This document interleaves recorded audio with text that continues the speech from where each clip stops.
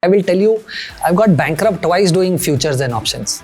The fact of the matter is that investing is more about behavior than knowledge.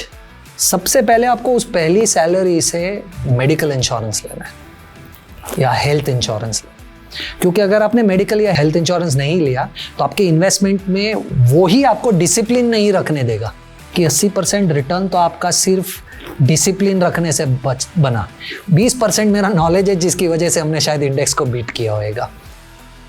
If you are able to control your behaviour, you are going to be able to beat the most disciplined or the most sophisticated investors in the money market, Dalal Street, Wall Street. All you need to do to be able to beat those guys is discipline.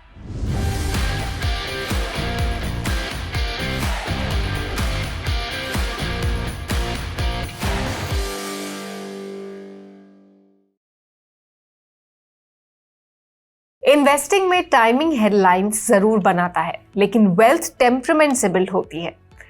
Markets discipline को reward करते हैं, grid को punish करते हैं और उन लोगों को एक्सपोज कर देते हैं जो नॉलेज के बजाय नॉइज को चेस करते हैं. Welcome to Market Pillars Uncovered, जहां हम डीकोड करते हैं उन लीडर्स, फिलॉसफीज और फ्रेमवर्क्स को जो इंडिया के फाइनेंशियल फ्यूचर को शेप कर रहे हैं. आज के हमारे गेस्ट सिर्फ एक वेल्थ मैनेजर नहीं है, बल्कि एक थॉट लीडर है जिन्होंने फ्रैंकलिन टेम्पल्टन क्राइसिस को अनफोल्ड होने से पहले प्रिडिक्ट किया था. LinkedIn top voice, TEDx speaker और 500 से ज्यादा टेलीविजन अपीयरेंसेस के साथ एक रिस्पेक्टेड मार्केट वॉइस. हमारे साथ आज जुड़ रहे हैं mister Kirtan Shah, founder and CEO of Truvanta Wealth, एक ऐसी फर्म जो इंटेग्रिटी, इंटेलेक्ट और स्ट्रिक्ट क्लाइंट फर्स्ट फिलॉसफी पे बिल्ड हुई है.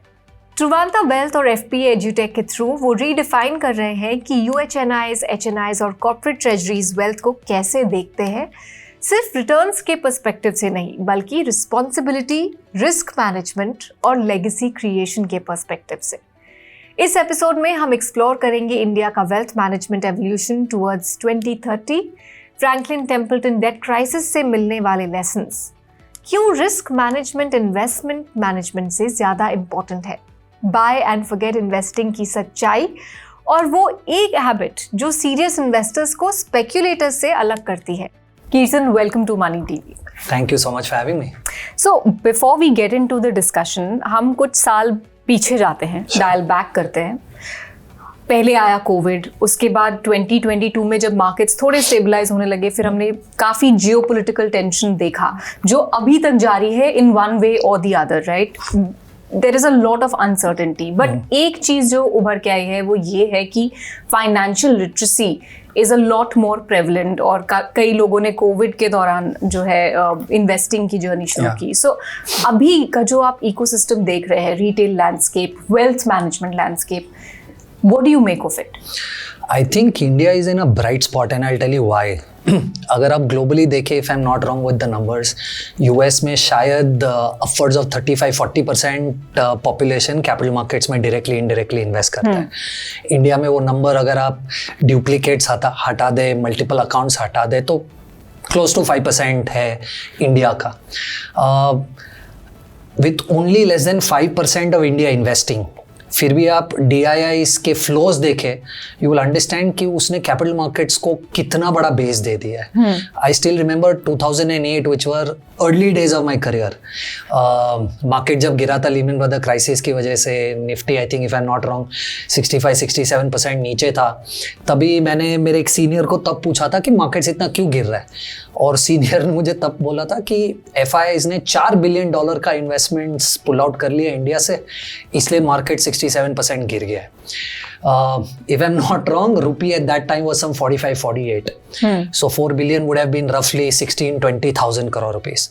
आज 30,000 करोड़ की तो मंथली SIP बुक है. Yeah. So I think specifically 2020 Covid के बाद literacy has significantly gone up because people had time. They didn't know what to do. Markets were the only probable option where they could spend some time.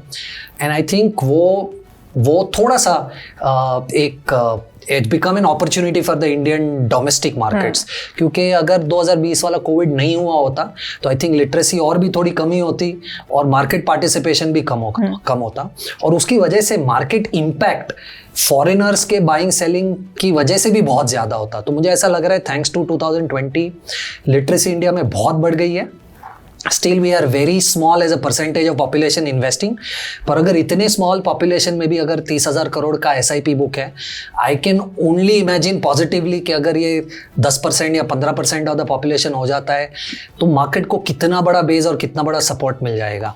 And which is why wealth management space in my opinion is expected to do very well in the decade और so to come, क्योंकि ये जितने लोग markets में आ रहे हैं, I think 2020 के बाद जितने भी लोग आए, 2020 से 2024 तक तो वन वे रैली था, लीनियर। बट आपके और मेरे जैसे लोगों ने जिन्होंने टाइम स्पेंड किया है मार्केट में, उनको पता ही है कि मार्केट्स आर नॉट लीनियर। इसीलिए आपको FD से प्रोबेबली इतना ज़्यादा रिटर्न मिलता है क्योंकि वो वॉलेटाइल है, और अगर आप वॉलेटिलिटी में बने रहोगे तो ही वो उतना रिटर्न बन पाएगा। पर ये जो नए इन्वेस्टर्स आए थे, उन्होंने ये 2020 और 2024 के बीच में ऐसा पीरियड या फेज देखा ही नहीं था। तो उनको ऐसा लग रहा था कि मार्केट में पैसा लगाना और पैसा बनाना बहुत ईजी है। I think it is only October of 2024 to March 25 when the markets actually fail is where people realise कि बस मार्केट में पैसा बनाना इतना आसान नहीं है। And we have seen over the last 18 months markets have actually acted the way they really have in fact, been. You were also credited with the predicting the Franklin Templeton crisis. तो ये again एक black swan event of sorts था markets के लिए। तो ऐसे कोई signals उस टाइम आपने स्पॉट किए थे, तो if you could share with our viewers. And typically कोई भी अगर फाइनेंशियल क्राइसिस या ऐसा कुछ एनवायरनमेंट शेप अप होता दिखता है या बबल बिल्ड होता दिखता है, तो what are typically the signals या फैक्टर्स जो इन्वेस्टर्स को भी ध्यान में आगे जाके भी रखने चाहिए? In all honesty, if I have to answer this question for you, कोई भी चीज अगर मार्केट को पता है, that cannot result into such a large fall, right? Because if the market knows, everybody knows about it and it is priced in. So before I come to Franklin, let's talk about the current case. 3 situations है जो लोग आज बातें कर रहे हैं कि शायद इसकी वजह से मार्केट्स गिर सकते हैं, right? First is geopolitics. All of us know क्या हो रहा है globally. Because all of us know, I think most of this is priced in, right? Second is probably the US AI bubble, right? वो दूसरा data point है जिसके बारे में हर कोई दुनिया में बात कर रहा है कि इसकी वजह से ग्लोबल मार्केट्स में go into a turmoil. If I have to just quote last quarter number for Nvidia that came out 2 weeks before we are recording this, was at a record 60 billion a quarter of profit. I think Nvidia has never seen such kind of profits. Of course, you and I can keep arguing circulation of money है, OpenAI में वो पैसा डाल रहा है, OpenAI उसका chips खरीद रहा है and all of that. But at this point in time, it does not look like that this is looking like to be ending pretty soon. Third is Japanese yields or yen carry trade. I think 3 महीने पहले जब हम ये discussion कर रहे थे तब Japanese 10 year was at 2.35. Today the Japanese 10 year is at 2.1. Had the yields gone up तो प्रॉब्लम होती, यील्ड्स तो नीचे गिर गए। तो 3 नॉन फैक्टर्स है मार्केट में जिसके बेसिस पे मार्केट ये बोल रहा है कि बहुत बड़ा क्रैश आएगा। तीनों सिचुएशन मुझे ऐसे लग रही है मार्केट को नोन है और इसकी वजह से तो डेफिनेटली क्रैश नहीं आएगा। प्राइस्ड इन है वो, लार्जली प्राइस्ड इन है। आई मीन मुझे नहीं लगता इसकी वजह से मार्केट प्रॉबेबली गिरेगा। किसकी वजह से गिर सकता है? I think unknown factor that you and I don't know about. तो आप कैसे उसे स्पॉट करेंगे? आपने फ्रैंकलिन को कैसे क्या सिग्नल्स थे जो आपने स्पॉट किया उसे? So Franklin and the current answer that I'm going to give you is very similar. What happened in Franklin? Let me help you understand that. Yes Bank, Vodafone, आइल्डन FS, DHFL, ये जितने भी bonds थे ना, ये largely AA+, AAA rated bonds थे market में। इसका मतलब ये थियोरेटिकली सबसे बेस्ट प्राइज्ड या सबसे बेस्ट क्रेडिट रेटिंग वाले बॉन्ड्स थे मार्केट में, तो आप एक्सपेक्ट नहीं करते हो कि ये बॉन्ड्स डिफॉल्ट कर जाएंगे। ऑफ कोर्स ट्रिपल ए का मतलब ये नहीं होता है कि ये डिफॉल्ट रिस्क फ्री है, पर ये होता है कि इसकी प्रोबेबिलिटी डिफॉल्ट की बड़ी लो है, right. But you suddenly start seeing that bonds like DHFL and ILNFS from a AAA rated became default overnight, right? और Franklin as a fund house क्या करता था? Franklin as a fund house was extremely popular कि वो credit bets लेता था अपने bond portfolio में। क्रेडिट बेट्स का मतलब क्या है कि जब सब एएमसीज ट्रिपल ए बॉन्ड्स में इन्वेस्ट करती थी, Franklin typically triple A bond में इन्वेस्ट नहीं करता था, वो थोड़ा सा AA-, A+, A- ऐसे बॉन्ड्स में इन्वेस्ट करता था, क्योंकि इस बॉन्ड्स में जब आप इन्वेस्ट करोगे ना तो आप इजीली 2-2.5% ज़्यादा रिटर्न जनरेट कर सकते हो ट्रिपल ए रेटेड बॉन्ड से। और ये वो सालों से करते आ रहा है, और उनके fund manager was credited to be amongst the best in the fixed income space. Now what happened is जब आपका triple A bond overnight default हो जाता है, या एक आध केस नहीं, ऐसे बहुत सारे केसेस हो जाते हैं, तो लिक्विडिटी स्क्वीज हो जाती है मार्केट में। और लिक्विडिटी स्क्वीज होने का मतलब है कि आपके A+ और A- बॉन्ड्स में तो ऐसे भी लिक्विडिटी नहीं थी। तो ये स्टॉक मार्केट जैसा नहीं है कि आपको अगर मान लो वोडाफोन का स्टॉक बेचना है हाइपोथेटिकली, तो आपने बटन दबाया, स्टॉक बिक गया। फिक्स्ड इनकम मार्केट में तो अभी भी OTC ट्रेड्स होते हैं। इसका मतलब कि आपका ट्रेडर कॉल करेगा दूसरे ट्रेडर को, पूछेगा मेरे को 5 करोड़ का बॉन्ड बेचना है, खरीदेगा क्या, प्राइस बताए, then they do the transaction. Imagine in such a situation, अगर ट्रिपल ए वाले बॉन्ड्स डिफॉल्ट हो रहे ओवरनाइट, आपका A+ A- जिसमें ऐसे भी लिक्विडिटी नहीं है, कौन खरीदेगा? तो सडनली क्योंकि आपने क्रेडिट रिस्क वाले पेपर्स में इन्वेस्ट किया था और उसमें लिक्विडिटी ड्राई हो गई, राइट। अब आपको अगर रिडेम्पशन प्रेशर आ रहा है, क्योंकि मार्केट में हर कोई सुन रहा है बॉन्ड डिफॉल्ट कर रहा है, तो आप रीडिंग करना चाहोगे, तो आप लिक्विडिटी कैसे दोगे? तो आपने आपके जो गवर्नमेंट बॉन्ड के पेपर्स थे जिसमें आपने इन्वेस्ट किया था, जो थोड़े से लिक्विड थे, ट्रेजरी बॉन्ड्स, वो सब तो आपने लिक्विडेट कर दिए इमीडिएटली। पर वो लिक्विडेशन होने के बाद जब आपके पास ओनली क्रेडिट रेटेड बॉन्ड्स बचे और लिक्विडिटी प्रेशर कंटिन्यू रहा, तो आप कैसे उसे कैसे सर्विस कर पाओगे आप अपने रिडम्पशन प्रेशर को? Is what went wrong. They could not service and they had to then stop, because if they decided to sell whatever price was available in A+ and A-, these funds would have been down 30-40%. And we kind of understood it a month before the fact sheet came out. Because when we looked at, sorry, the answer went on pretty long, but I'm just trying to explain what happened. We looked at the fact sheet a month before things went wrong. And on the fact sheet, there is something called a CBLO, Collateralized Borrowing and Lending Obligations, which was close to -17%. उसका मतलब simple है कि fund के पास redemption pressure आया था, fund ने market से 17% of the AUM बोरो किया था रिडम्पशन प्रेशर को देने के लिए। दैट वाज अ ट्रिगर कि यार ये मार्केट से क्यों बोरो कर रहा है रिडम्पशन को देने के लिए, he should be able to sell the bonds, right? And then we deep dive to understand what was going on.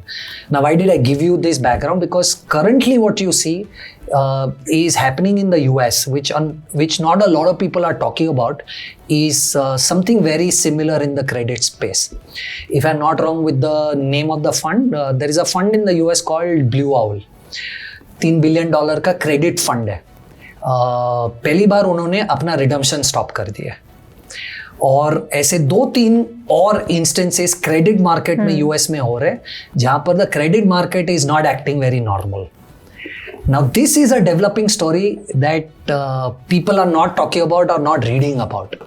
I've not seen people quote, write, talk about this story. And if this goes down, तो इसके ripple effects globally भी हो सकते हैं। 100%, क्योंकि आप देखिए capital markets में ऐसा कहा जाता है कि आपका fixed income market is the early signs for turmoil globally.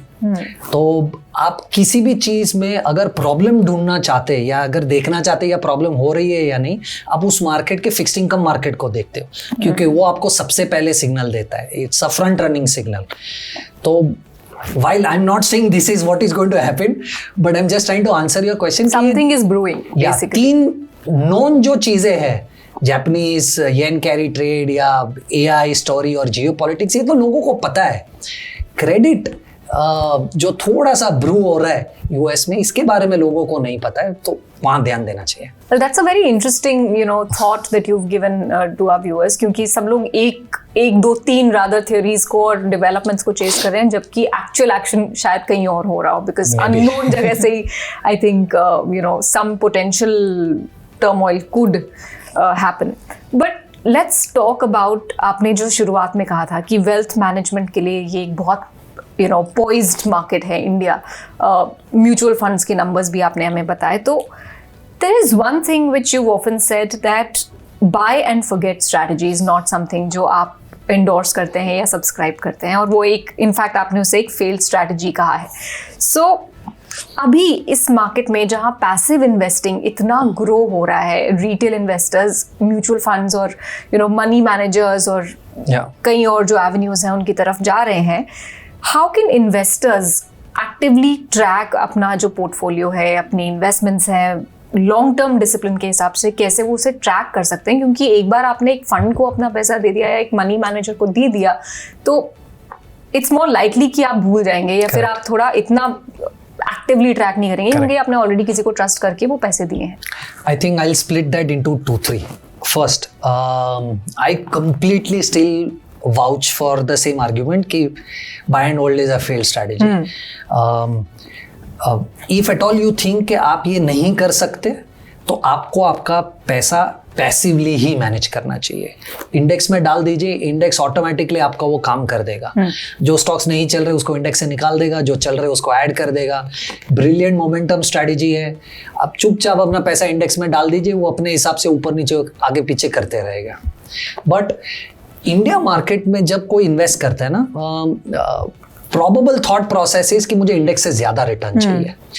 तो इंडेक्स से ज़्यादा रिटर्न पाने के लिए आप एक्टिव स्ट्रैटेजीज में इन्वेस्ट करते हो, और एक्टिव में buy and hold is a failed strategy. क्यों? I am not saying this because fund managers are not great, I am saying this because इतने सारे चेंजेस आते रहते हैं ना कि अगर आप उस चेंजेस को अडेप्ट नहीं कर पाएंगे और आपने ध्यान नहीं दिया, it will be counter productive for you. Like से फॉर एग्जांपल, आपने किसी एक म्यूचुअल फंड में पैसा डाला आज, पिछले 3 साल के रिटर्न्स देखकर। I'm not saying that's a great strategy, that's the worst strategy. And that's actually a very common mistake. Worst strategy, right? But hypothetically, इस discussion के लिए आपने पिछले 3 साल के रिटर्न्स देखकर एक फंड में पैसा निवेश किया, और आपने अब सोचा कि अब तो now I'm taken care of, मैं तो लॉन्ग टर्म इन्वेस्टर हूँ, 10 साल तक इन्वेस्टेड रहूंगा। पर most investors don't even know कि 1.5-2 साल बाद वो फंड मैनेजर जिसके 3 साल के पिछले रिटर्न देखकर आपने पैसा निवेश किया था, वो फंड मैनेजर ही चेंज हो गया। Yeah. Right? So you may be a great buy and hold investor, पर आपने जिस थीसिस को ध्यान में रखकर उस फंड को पैसा दिया था, एटलीस्ट चेक तो कीजिए कि वो थीसिस आज भी कंटिन्यू हो रही है कि नहीं। I give you another example. SEBI is become extremely vigilant क्योंकि रिटेल का इतना पैसा म्यूचुअल फंड्स में आ रहा है, राइट? और रिटेल प्रोटेक्शन के लिए SEBI is taking every possible step. अब one of the steps that SEBI is taking is to keep a track कि बॉस आपका फंड ऑब्जेक्टिव को बराबर से मीट कर रहा है कि नहीं। इसका मतलब आज से 10 साल पहले आपने हाइपोथेटिकली मान लीजिए एक मिड कैप फंड में पैसा रोका था, राइट? 2018 में सेबी ने एक रूल नया लाया था जिसे आप कहते हो mutual fund categorisation. At the time that you and I are talking, they revisited that categorization a month back. तो अब आपने जो 10 साल पहले एक मिड कैप फंड में पैसा लगाया था, वो शायद फंड आज एक लार्ज एंड मिड फंड हो गया, राइट? तो अब आपने तो उसको as a mid cap fund सोचकर पैसा लगाया था, पर उसका तो पूरा ऑब्जेक्टिव ही चेंज हो गया आज। So should you still continue? You will have to revisit and reevaluate this overall thought whether you would want to continue or not, right? So these are some examples where आपने पैसा दे दिया तो मतलब ये नहीं कि आप भूल जाओगे। आपको सबसे पहले फिगर आउट करना है कि आप किसी एक फंड मैनेजर को क्यों पैसा दे रहे हैं, और अगर आपने 4 चीजें देखी जिसकी वजह से आप उस फंड मैनेजर को पैसा दे रहे हैं, तो आपको कंटिन्यूसली वो 4 चीजें ट्रैक करनी पड़ेगी कि क्या अभी भी ये उस सिमिलर थॉट प्रोसेस पे है जिस थॉट प्रोसेस पे मैंने पैसा दिया था। तो भूल जाना पैसा डालकर I think is not a great idea. अगर आपको ऐसा लग रहा है कि आप शायद इसे ट्रैक नहीं कर पाएंगे, and which is very normal, right? क्योंकि I very firmly believe कि whatever you don't understand, you just outsource. तो अगर आप मनी मैनेजमेंट नहीं समझते तो get somebody on board who can help you do that. तो फिर वो उसका काम बन जाता है उसे ट्रैक करना. तो आप अगर नहीं कर सकते या तो पैसिव चले जाइए या किसी को हायर कर लीजिए जो ये आपके बिहाफ पर कर सकता है. पर ये सोचना कि मैंने पैसा डाल दिया है और मैं लॉन्ग टर्म इन्वेस्टर हूँ, अब मुझे देखने की जरूरत नहीं है, not the right way in my opinion. You know, if I have to ask you कि रिस्क मैनेजमेंट और इन्वेस्टमेंट मैनेजमेंट में आपकी प्रायोरिटी या आप किस पे ज्यादा एम्फसाइज करते हैं, व्हाट वुड यू से? I think for me, always risk management has been far greater in terms of importance than investment management, and I'll explain that to you in two contexts. First, let me explain that to you in the market context. आपने 100 रुपये एक fund में लगाया, 100 रुपया 50 रुपया हो गया क्योंकि मार्केट गिर गया. अब 100 रुपया जब 50 रुपया हो तो मार्केट 50% गिरा, पर अब ये 50 रुपये को वापस ओरिजिनल 100 रुपये बनने के लिए market will have to go up 100%. So for you to be where you were, the fund will have to generate 100% return. Imagine that versus another fund जहां पर आपने डाउनसाइड प्रोटेक्शन का ध्यान रखा था इन्वेस्ट करते वक्त और वो 100 रुपया 75 हो गया. अब इस फंड अगर मार्केट 100% रिटर्न देता है तो ये 150 हो जाएगा और आप तो 100 पर ही वापस आओगे, right? So that's a great advantage that you bring on board when you work on the downside limitation. अब वो तो स्टॉक मार्केट से रेलिवेंट था. मैं आपको फाइनेंशियल प्लानिंग से रेलिवेंट एक एग्जांपल देता हूँ. All of us, you and me, anybody who is on the internet today, we heard this कि start investing early, compounding is the 8th wonder of the world and all of that. Don't waste time, पहली salary आएगी, पहला पैसा invest कर दो. I think that's a failed strategy again, and I will explain to you why. Let's say you are 21 or 23, 24 when you get your first salary. आपने 5,000 रुपये की salary कर दी, हर महीना इन्वेस्ट SIP में. 5 साल बाद मान लो आपके पोर्टफोलियो में आपने 3 लाख रुपये इन्वेस्ट किया था, 5 लाख रुपया हो गया रिटर्न की वजह से. और अब आपके फैमिली में एक मेडिकल इमरजेंसी आ जाती है. Given the way medical expenses are in India, आपका ये 5 लाख रुपया बहुत कम पड़ेगा to even fulfil the medical requirement at your place, right? तो क्या हुआ, आपने तो अर्ली इन्वेस्टिंग चालू की थी, आपने तो डिसिप्लिन भी रखा 5 साल इन्वेस्ट करने का, पर क्या वो पैसा आपके काम आया जब आपको नीड थी? The point that I am trying to make is कि जब आपको पहली सैलरी आई, सबसे पहले आपको उस पहली सैलरी से मेडिकल इंश्योरेंस लेना है या हेल्थ इंश्योरेंस लेना है. क्योंकि अगर आपने मेडिकल या हेल्थ इंश्योरेंस नहीं लिया तो आपके इन्वेस्टमेंट में वो ही आपको डिसिप्लिन नहीं रखने देगा. आपने 5 लाख विड्रॉ कर लिया ना क्योंकि घर पे मेडिकल इमरजेंसी आ गई. So risk management is extremely important. 2020 के पहले when we were telling our clients कि आपको इमरजेंसी कॉर्पस होना चाहिए तो हंसते थे. Today you and I both know कि यार जॉब चली जाएगी तो 6 महीना मैं कैसे SIP कंटिन्यू करूंगा? I will dip into the investments that I have made. तो कहाँ गया डिसिप्लिन आपका? So I think risk management is extremely important. आप पहले रिस्क मैनेजमेंट कवर कीजिए, उसके बाद इन्वेस्टिंग कीजिए, तब आप डिसिप्लिन भी रह पाओगे और आप अपने इन्वेस्टमेंट को डिस्टर्ब नहीं करोगे. यू नो, आपके फर्म ट्रूवांडा में आप अल्ट्रा HNIs, NRI सबके साथ डील करते हैं, तो जब बड़े मैंडेट्स या मल्टी एसेट पोर्टफोलियोज आपको मैनेज करने होते हैं तो is it the same approach that you have? किस तरीके से आप क्लाइंट्स को एडवाइस करते हैं? I think it's a very interesting question, and I'll tell you why was I smiling when you asked this. The problem with a lot of ultra HNIs client is उनको coffee table discussion चाहिए. And I'm hoping that none of my clients are watching this. उनको coffee table discussion चाहिए. They want, when they are sitting with their peer group, they want to be able to show off कि मेरे fund manager ने ये stock खरीदा, मैंने ये startup में invest किया, and I keep telling them, investment, the more it is kept simpler, you will actually make more money.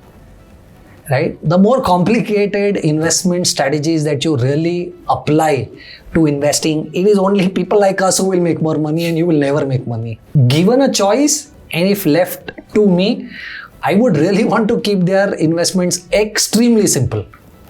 Extremely simple, right? Because we've easily been able to beat markets by 4-5% in general by just doing mutual fund investing. मैं क्यों उनको complicated investment strategies में पैसा लगाकर उनका पैसा भी block करूँ, फीस भी ज़्यादा दूँ, and then it does not turn out to be as good as I was expecting as an output in terms of risk return. So given an option, I would want to keep it ekdam plain simple. But like I said, there are clients who don't like plain vanilla simple strategies, right? They think mutual fund is a commodity. They will not be able to discuss this investment in the peer group. They think उनका driver भी mutual funds में invest कर रहा है और मैं भी investment कर रहा हूँ, तो novelty factor क्या है?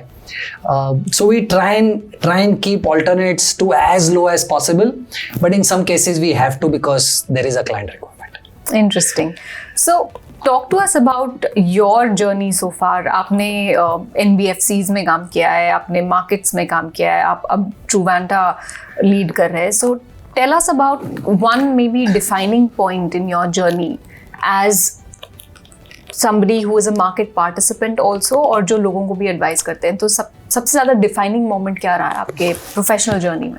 I think I'm not sure if this will really answer the question that you're looking at answering, getting from me, but I will tell you, I've got bankrupt twice doing futures and options. Okay. And I can tell you with utmost confidence that if you and I start talking derivatives right now, I'll be able to answer the most complicated question that you might have in terms of derivatives, because I understand derivatives that deep, right? And which is why these large positions that I took whenever I took. And 18-19 years in finance and with the kind of educational background, anybody including me would have thought that I understand finance, right? But the fact of the matter is that investing is more about behavior than knowledge. And I keep telling this to a lot of people that I meet कि 80% over a longer period of time, if you evaluate your returns on the portfolio, you will realize कि 80% return तो आपका सिर्फ discipline रखने से बना. 20% मेरा knowledge है जिसकी वजह से हमने शायद इंडेक्स को बीट किया होगा. So I think if I have to share my one learning from an investment management personnel in this business, I think it is all about behavior.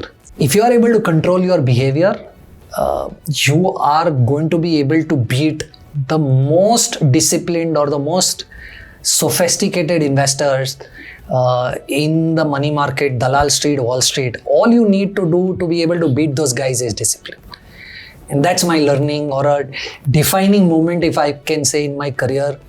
While I've managed corporate investments, HNI money, I think investment management as an investor and as somebody who's managing investment is all behavioral management game.